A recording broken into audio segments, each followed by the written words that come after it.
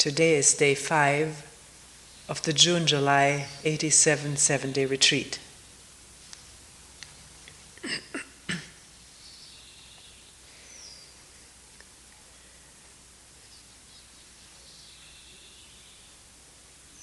Throughout the meetings there have been questions about what this awareness or attention that we so frequently talk about, what that really is. Some people have mentioned, I'm beginning to doubt whether I'm really aware, whether what I thought was awareness is really what you seem to be talking about.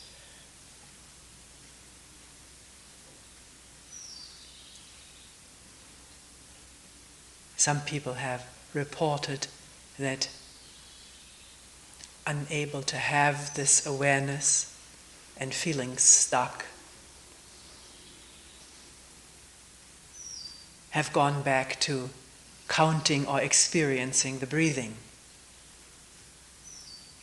which seems more conducive to quiet the mind.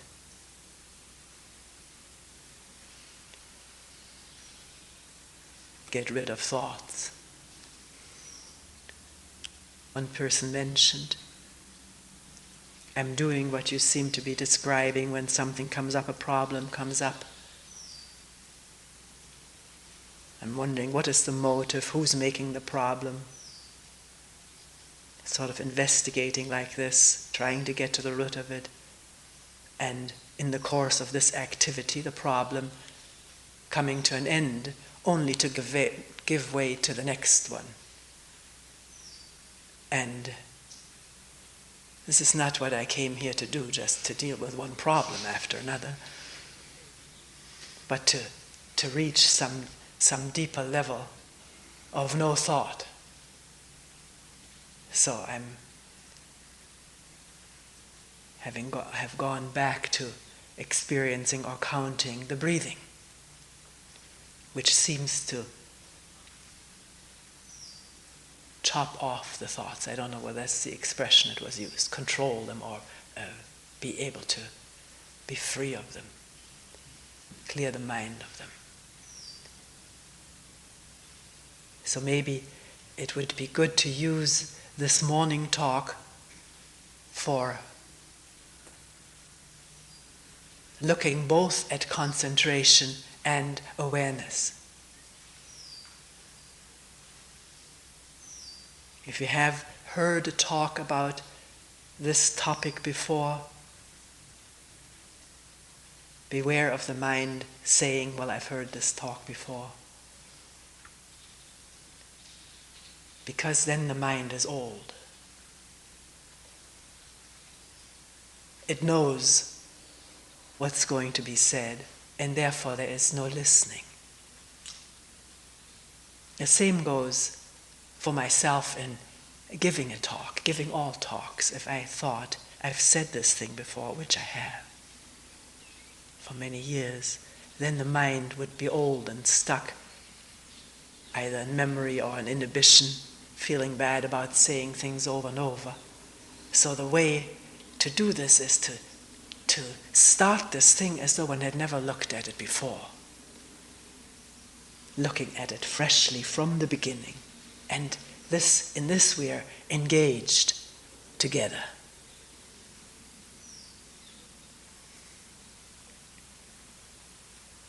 Even though memory furnishes examples that it may have furnished in the past, it furnishes all the words, yet it's not talking from memory in a rote sort of a way. And can one also not listen in any kind of a rote way, but with an open, inquisitive mind.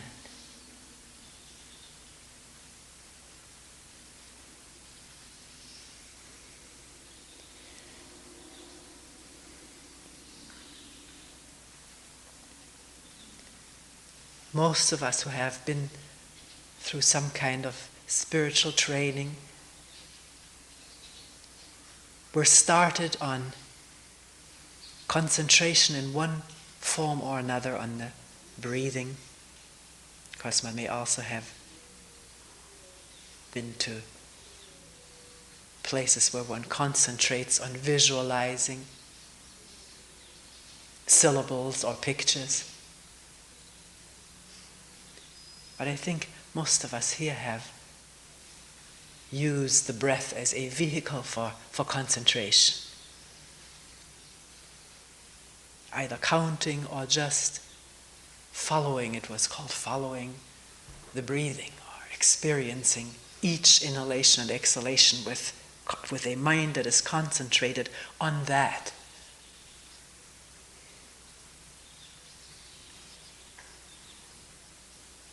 Maybe also focusing a certain part of the body, the lower abdomen.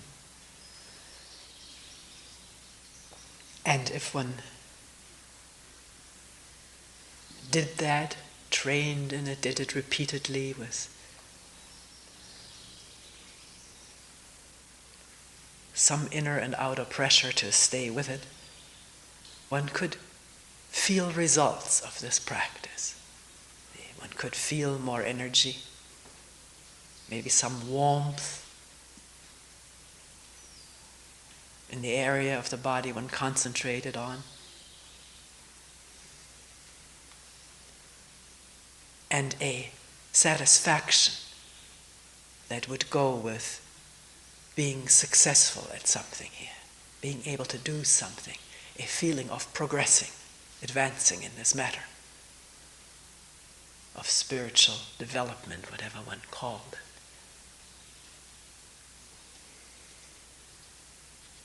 Because there was also the other side of the exercise of feeling very discouraged, that the mind wandered. I remember from day one of being asked to hold meetings with people, one of the main problems that people brought, people who were given these concentrating exercises, were, how can I keep my mind on the practice? It wanders.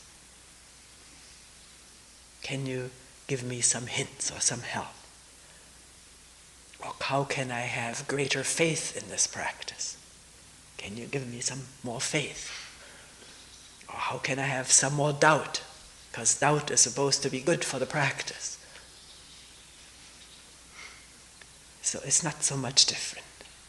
One may get to a certain point and then it isn't good enough, or the mind wanders off again. And if one has a concentrating or concentrative practice, one can see that right now. If one is decided or is asked to concentrate on something like the breath, then anything which is not the breath is a distraction. Listening to the rain is a distraction from listening to the breath, or to the birds, or thoughts coming up, emotions coming up. All constitute distraction.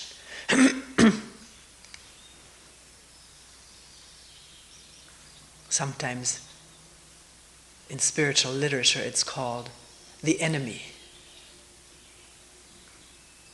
which the concentrative practice is designed to combat, to use that practice to fight distraction, thoughts, emotions, and other sounds and sights that may attract the mind. So inbuilt into this way of working is conflict with everything else that is going on beside the practice, whether it is visualization or koan coordinated with the breath or the counting. It creates conflict. Can one see that?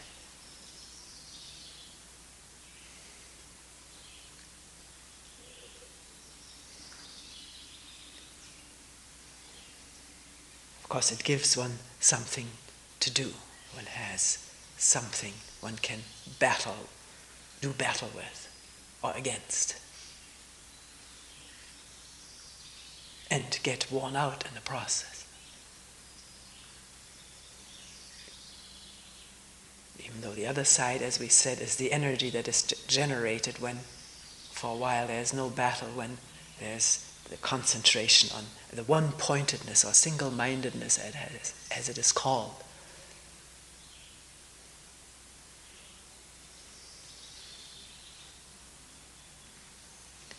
Can one also see that built into this way of working, from the start, is the desire to get someplace, which is the me,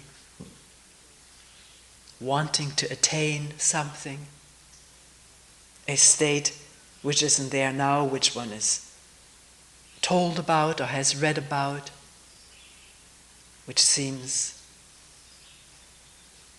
infinitely more desirable than the state one finds oneself in. And to attain that, or break through to that, the concentrative practice is used. So it is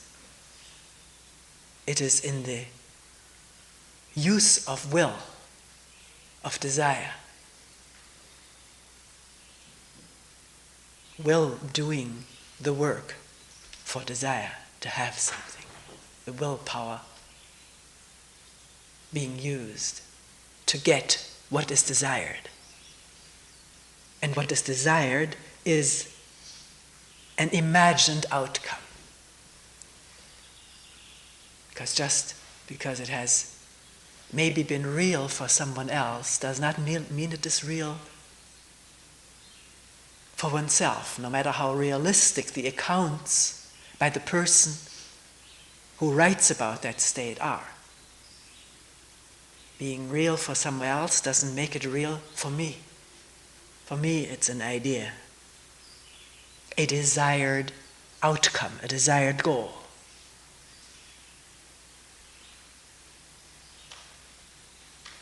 An imagined one. Can one see that in all simplicity?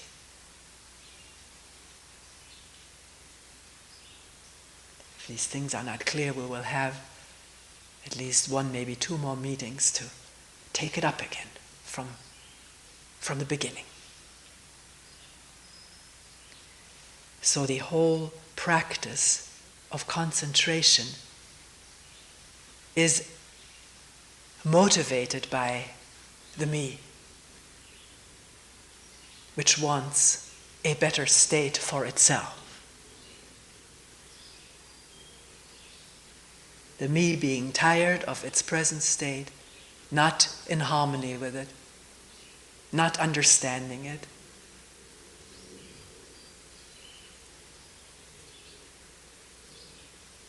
and wanting something else in its place, including maybe the idea of annihilating itself, getting rid of itself, which is also an imagined goal. A me without a me.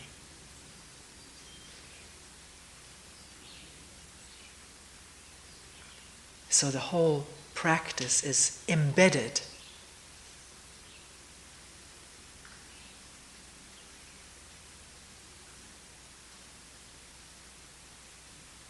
in the conflicts and desires of the me.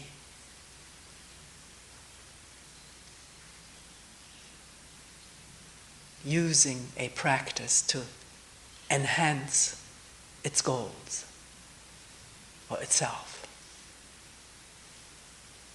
And any one of us who have done these practices or are doing them, if one is aware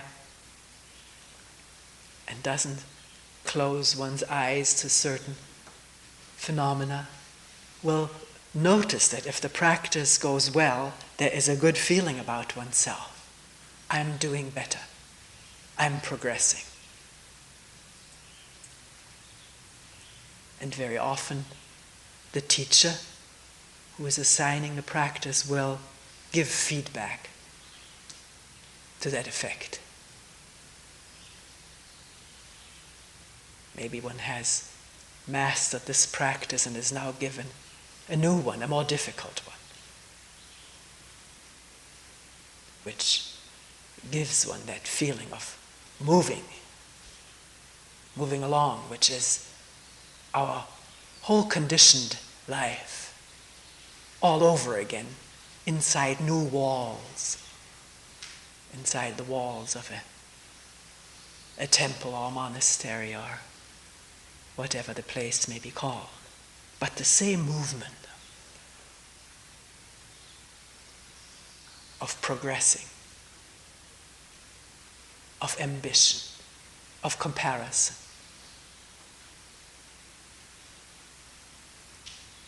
of the need for success and the dread of failure, which we've been going through in these last 4 talks.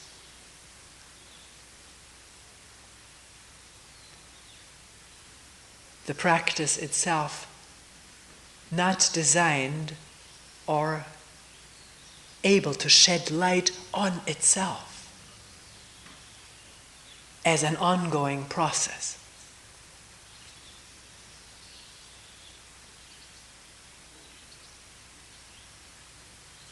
Do you see what I mean by that? In concentrating on the breathing, let's take that. Who is the concentrator?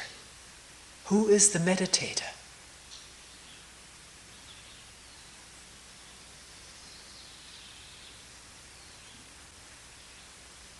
What are the motives? What is the very substance of this whole process as manifested in the body and mind?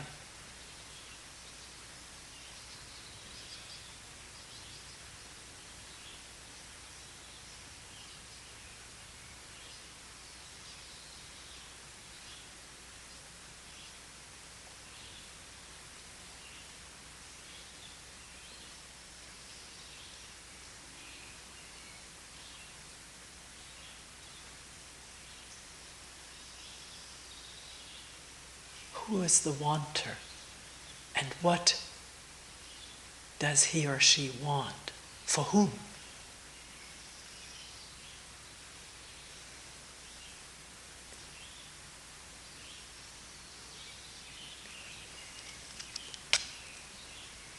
Questions like this themselves can be made into a concentrative practice. By repeating the sentence, or just the who, coordinating that with a breath, which many of us have done one time or another.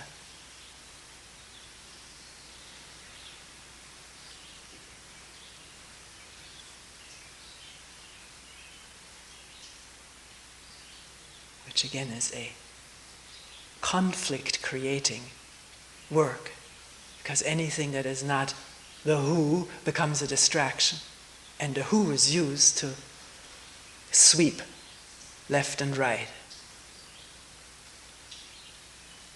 Not question, inquire, or find out what it is that is disturbing, or is disturbing to the mind, or what it is that goes on in the mind and body from moment to moment. A concentrative practice is not designed to question that.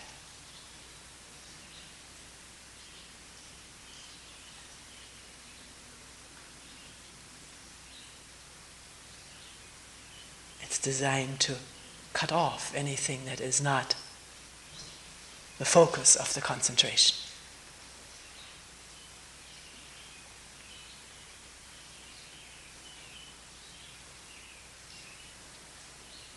Having spent some time with this, looked at it, what then is awareness?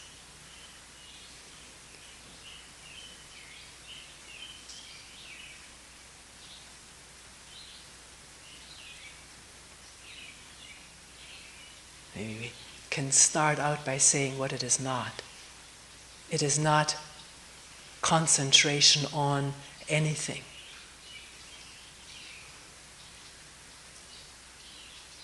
It is not seeking or finding or using a focus.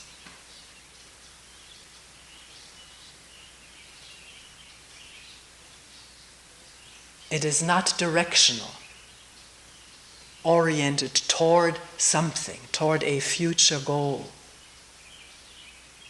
But goal itself is questioned. What is a goal? As far as our mental and physical processes are concerned, what is a goal and how does it affect the mind and body? Is that directly experienceable, visible, tactable, audible, inwardly, by inward perception?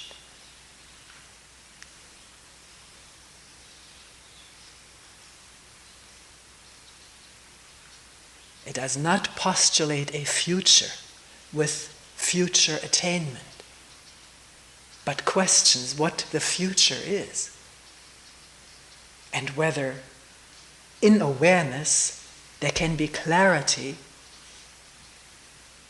in the way thought creates time.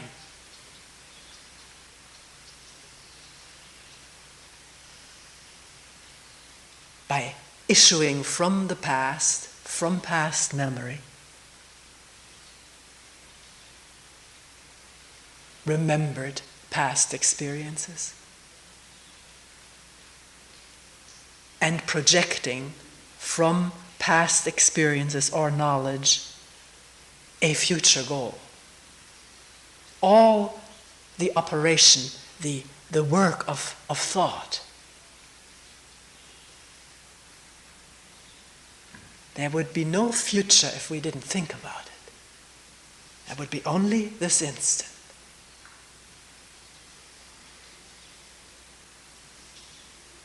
There would be no past if there wasn't a memory cropping up. If this brain didn't have this enormous capacity for storing memory. Not just personal memory of this one lifetime of ours, but what has been called collective memory, racial memory. Even memory in the more primitive parts of the brain of our animal ancestry or heritage.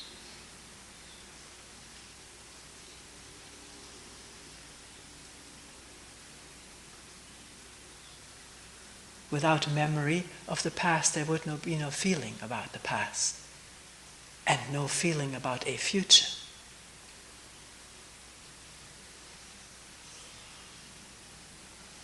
Does one see the involvement of thought in the creation of time? By which we don't mean time by the alarm clock, which has also been invented by thought. We're talking right now about what has been called psychological time, what I will be in the future, what I will attain, become, if I submit to certain practices, etc. So awareness does not posit any goals or future or progress or retrogression.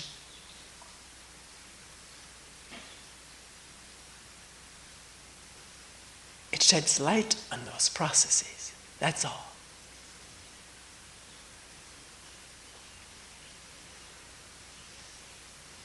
Also, awareness does not need a motive.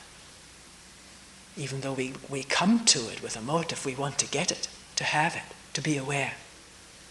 But again, as with the goal, the question is, can awareness shed light on the motive? The me wanting out of its misery, suffering, difficulty.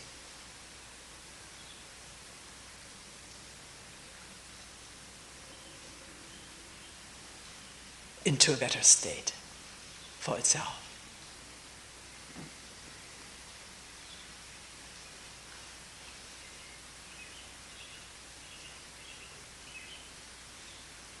Awareness doesn't question whether this is right or wrong to want out, but to see the process.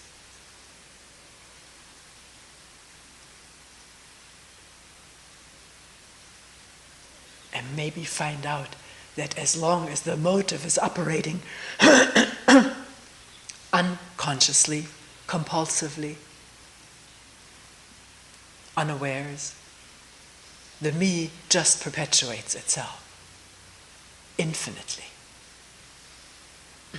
from one state to the next.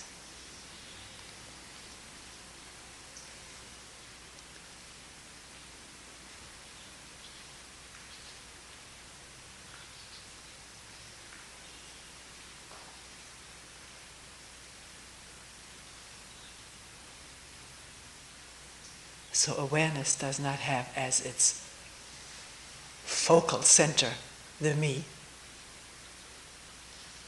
that wants to get someplace, but questions about this focal center of the me, which crops up the moment we observe our little problems that come up in sitting.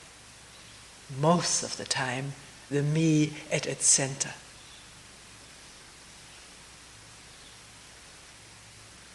Wanting something or not wanting something, fearing something, angry, inundated with anger over something, or jealousy, or envy, or loneliness,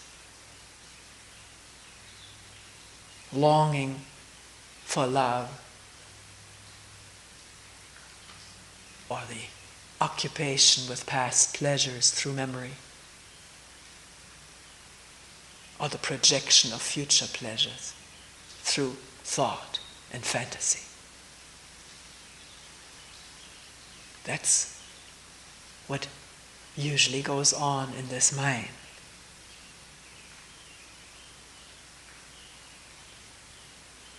Not just the thoughts, we've often mentioned this, but every thought is connected with the whole emotive system of the organism and can reach astounding intensities of upset or excitement, pain. No, we're not talking about physical pain right now, but psychological pain, agony.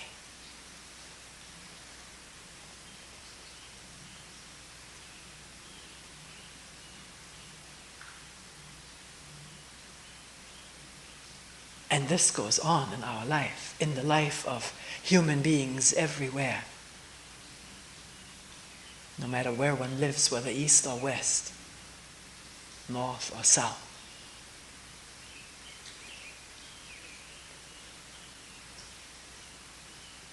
And whether one lives east, west, north or south, human beings don't want to face fear, loneliness, anger, all of these things which are experienced physically as uncomfortable, discomforting, upsetting, annoying, irritating.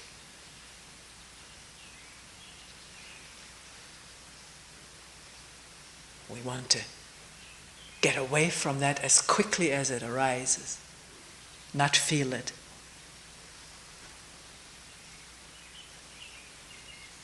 Escape from it, or drug ourselves, dull it, numb it.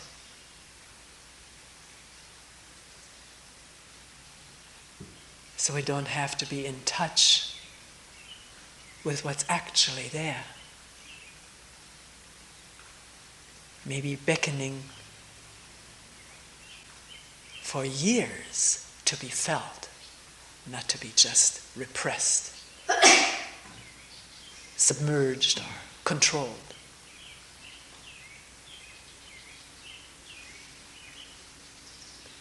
It can be so deeply repressed that we're not able to touch it, our ordinary conscious mind. But particularly in retreat, when the conscious mind slows down, calms down a bit, opens up, then some of these things surface, which may not have surfaced for years and years and years, and affected a split in our way of living.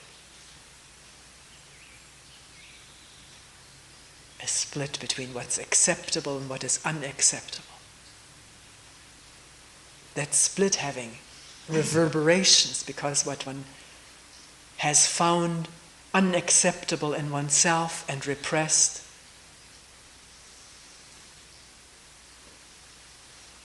maybe under great duress of punishment, that one hates in other people. The very thing that one had to banish from view and touch, if one sees it in someone else, it becomes the target of one's anger, rejection, or hatred.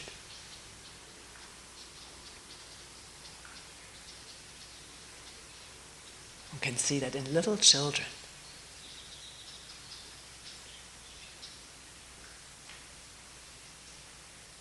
Our little grandson was slapped on the fingers when he touched the elaborate sound equipment at home. Sound stuff, elaborate, expensive stuff. So to train him early to know what is not to be touched.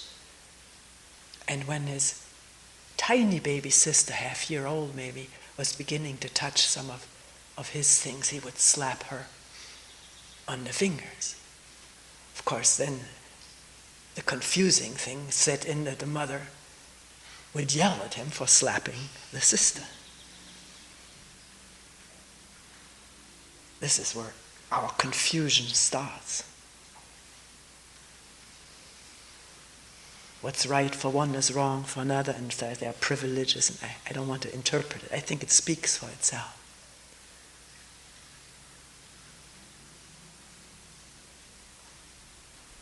And there are consequences to this too, being prevented from doing something to somebody else that was done to you. There must be resentments building up, feeling of injustice done to one, and the emotions connected with that. You can follow it ad infinitum, the outlets for that.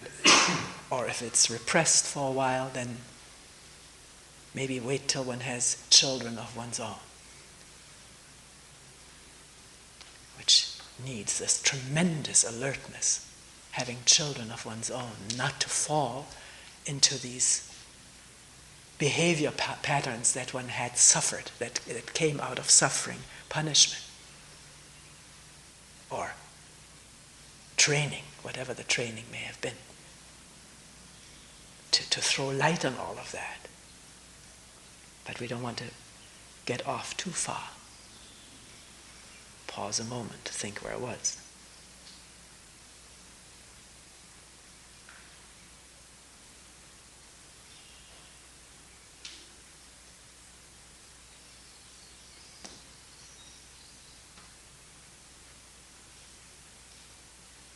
Yeah.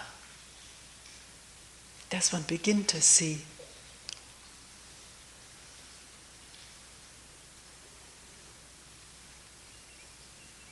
that it makes some real sense to be in touch with what comes up in the mind and body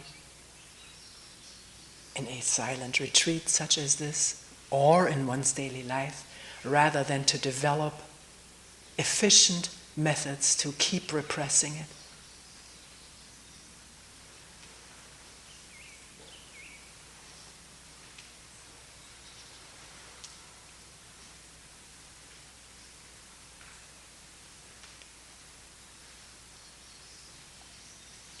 Being in touch with an emotion does not mean wallowing in it. This must be good for me, so I'll feel this. That's again the motive coming in. If I feel this now, then I'll reach freedom from it. It's the in-touchness with what's there because it's there. And not making it into any progress or method.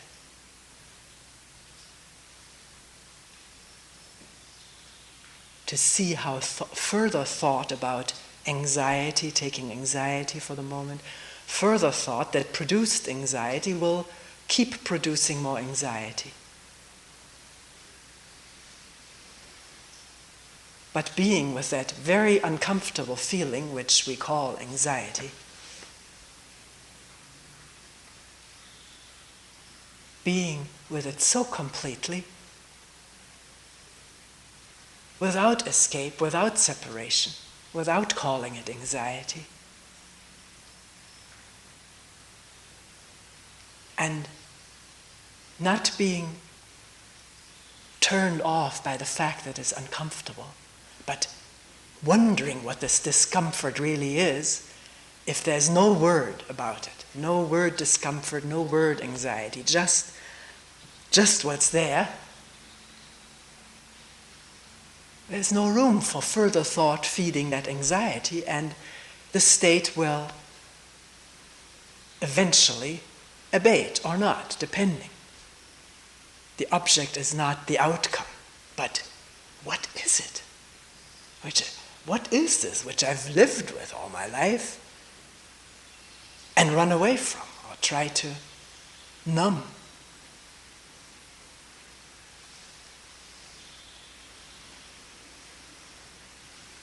And it is not just being my personal thing, but what ails human beings everywhere. Anxiety and the suffering of it.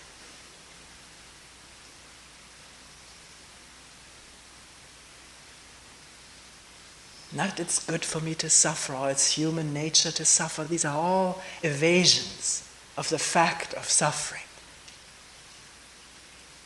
And can that be touched, contacted, use whatever word, they're still all dualistic, without any outcome in mind.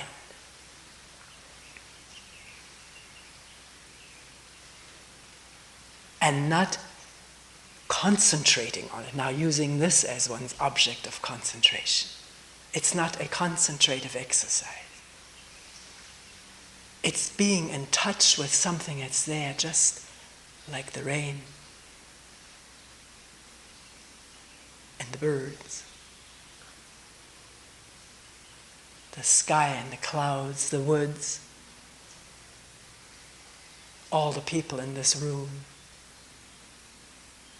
other feelings in the body. Everything just there as it is, without knowing how it is. If we know how it is, then we're in touch with our thoughts. Do you see that? When you know what anxiety is, when you know what rain is, and birds are, and people, then you're in touch with fantasy, idea, thought, image. But when you don't know what this discomforting feeling, maybe the solar plexus or whatever, wherever the knots are, maybe they're all over, it doesn't matter where they are. And when there is this withness, one isn't localizing things anymore either, because there's no thought saying, oh, it's up here or down there.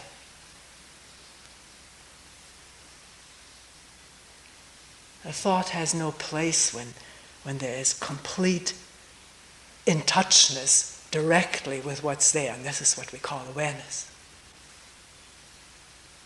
Without the me in the middle that wants to get something out of all of that for its own good.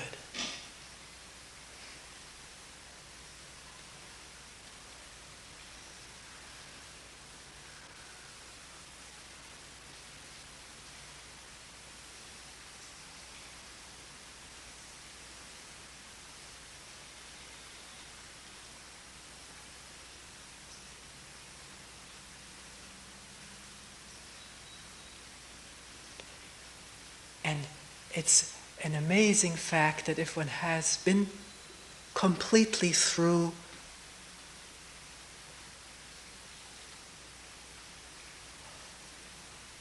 such a process as anxiety, the beginnings of it, the flourishing of it all over the body,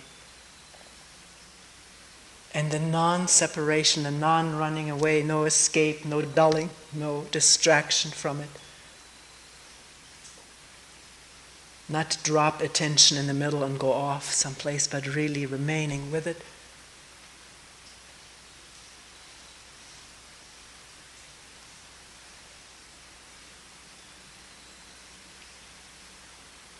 Then the next time it comes up, it may be seen at a glance.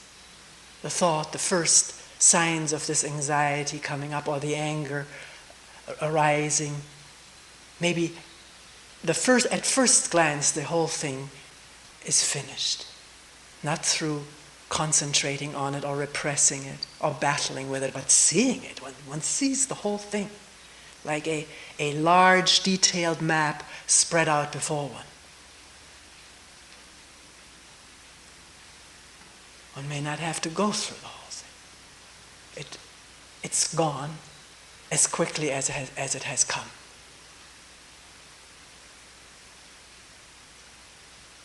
Maybe. Not to expect it. We may go through it, particularly if I haven't noticed, if there was no attention and the thing is fully ablaze, then that's that. Not to regret that one hasn't attended to it when it first started. That's diversion into thought which cannot be with something that's actual, can only think about it.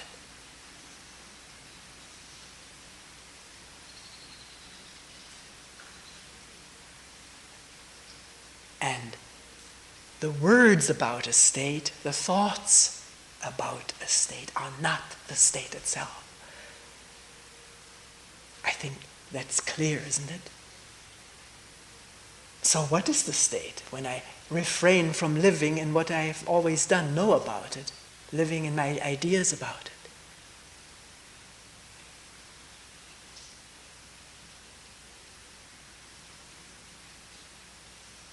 What if I refrain from this because I really want to find out what this is, the actual manifestation?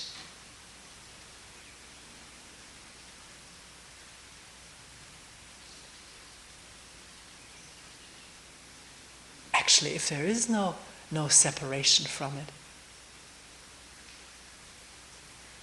no subtle or ever so subtle wanting to overcome it or wanting to be rid of it, wanting to do battle with it, which are our conditioned responses that we bring to discomfort.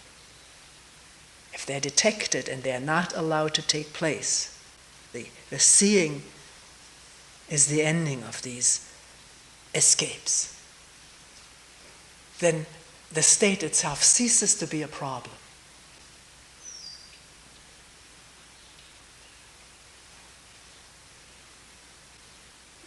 It's no big deal.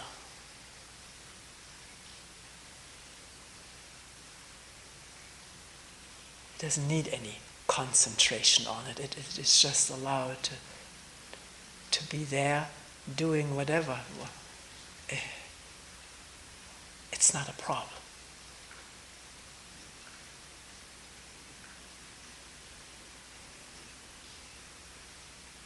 Because this whole structure of the me is quiet. The me that doesn't want it, that wants to feel better, and so forth.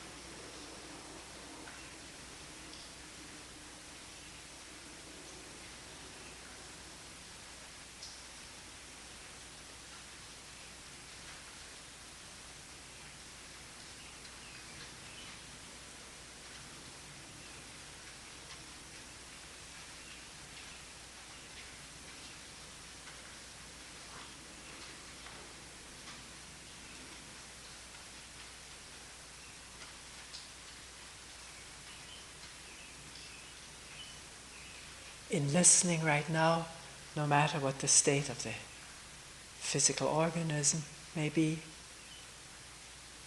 some pain from sitting, or some discomfort from anxiety.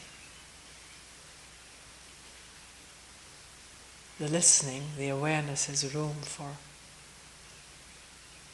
everything.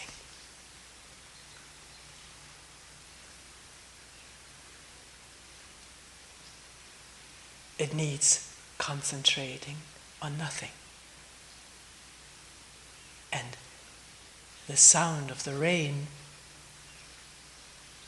listening, is not an effort, is it? It's just there.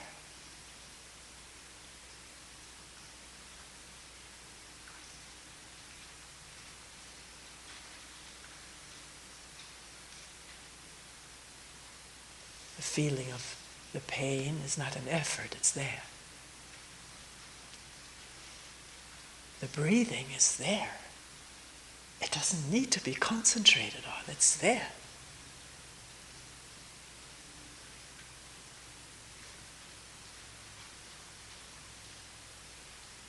Heartbeat.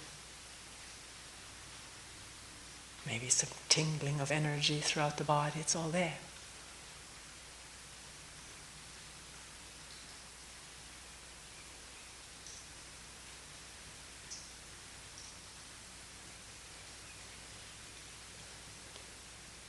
Sometimes people ask, I'm confused, what should I pay attention to first? The rain or the pain?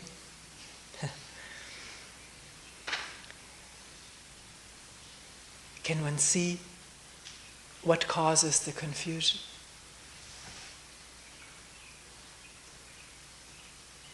If one calls that rain and this pain, then there are two. Both of them known through the word. And reacted to psychologically. I like the rain, but I don't like the pain. Or maybe the other way around. I don't like the rain, but I like the pain because it helps me concentrate.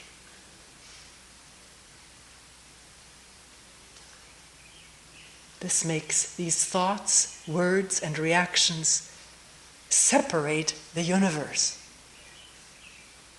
into as many fragments as there are words and reactions.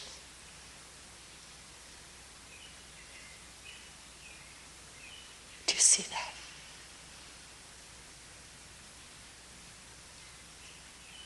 And when there's a moment of no knowing,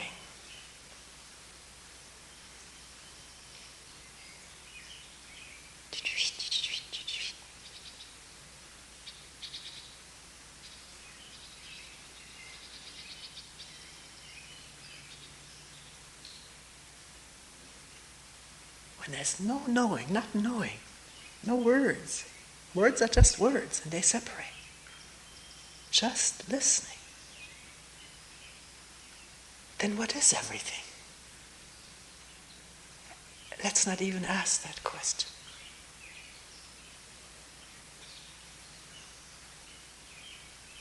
Just listening, which is also not listening.